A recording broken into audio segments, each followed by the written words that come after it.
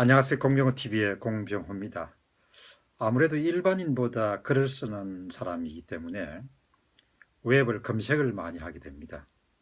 웹을 검색하다 보면은 자신이 남긴 글도 만나게 되고, 어디 익숙한 글인데 뭐 누가 썼나 이렇게 보면 제가 쓴 글도 만나게 됩니다.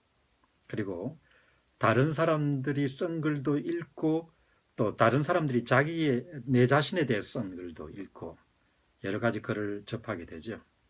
그런데 오늘 오후에는 이렇게 글을 읽으면서 이 글 쓰는 일을 참 주의 깊게 해야겠다. 그러니까 특정인을 거론해 가지고 지나치게 이렇게 공격적인, 뭐 논리나 이런 부분을 공격하는 것은 괜찮은데, 개인을 인격적으로 이렇게 공격하거나 이런 부분들은 굉장히 좀 주의해야겠구나, 그런 생각을 하게 됩니다. 아무래도 나이가 좀 들면은 이제 그런 부분들을 알아서 좀 주의를 하게 되죠.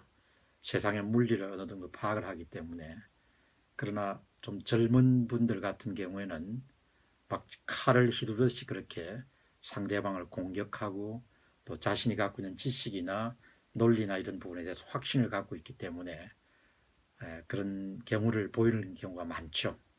그런데 오늘도 이렇게 글을 보면서 느끼는 것 가운데 하나가, 이 가능하면은 같은 메시지를 이렇게 하더라도 말은 그냥 흘려갈 수 있지만 글이라는 것은 거의 영원히 남는 것이구나. 그래서 인신공격과 같은 그런 뉘앙스를 풍길 수 있는 그런 표현은 조금만 글을 쓰는 사람이 더 이렇게 신중하면은 같은 메시지를 전하더라도 상대방의 마음을 허트하는 그런 경우들을 피할 수 있지 않겠냐, 그런 생각을 해보게 됩니다.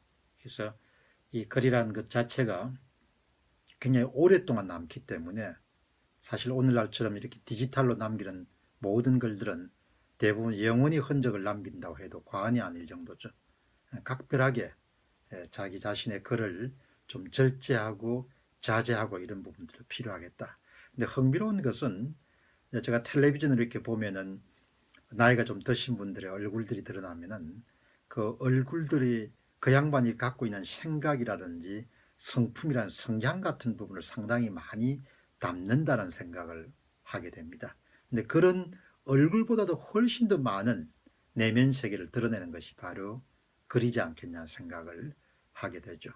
공격적이고 시니컬하고 부정적이고 이런 분들 같은 경우는 글에 고스란히 그와 같은 성품 같은 경우가 대부분 다 드러나게 되는 것 같습니다. 그래서 평판 관리라는 그런 측면에서도 자신의 글에 약간의 그 절제, 자제 이런 부분을 또 담을 필요가 있고, 한 걸음 나아가면은 우리가 살아가는 세상에서 다른 사람들을 죽이는 그런 글보다도 다른 사람을 가능한 살리는 글, 그리고 자신의 메시지를 전할 때도 조금 더 이렇게 포장을 할 수 있으면은 자신의 평판을 실추시키거나 불필요한 적을 양산할 필요는 없지 않겠냐, 그런 생각을 하게 됩니다. 검색을 하면서 정말 많은 글을 만나면 그런 그 양반의 내면 세계를 있는 그대로 드러내는 일종의 구조물이다라는 생각을 하게 됩니다. 여러분, 가능한 부드럽게 쓰시고, 가능한 톤다운 하시고, 가능한 자제하시고, 가능한 좀 절제된 그런 표현을 사용하는 것이 좋겠습니다. 공병호 TV의 공병호였습니다. 감사합니다.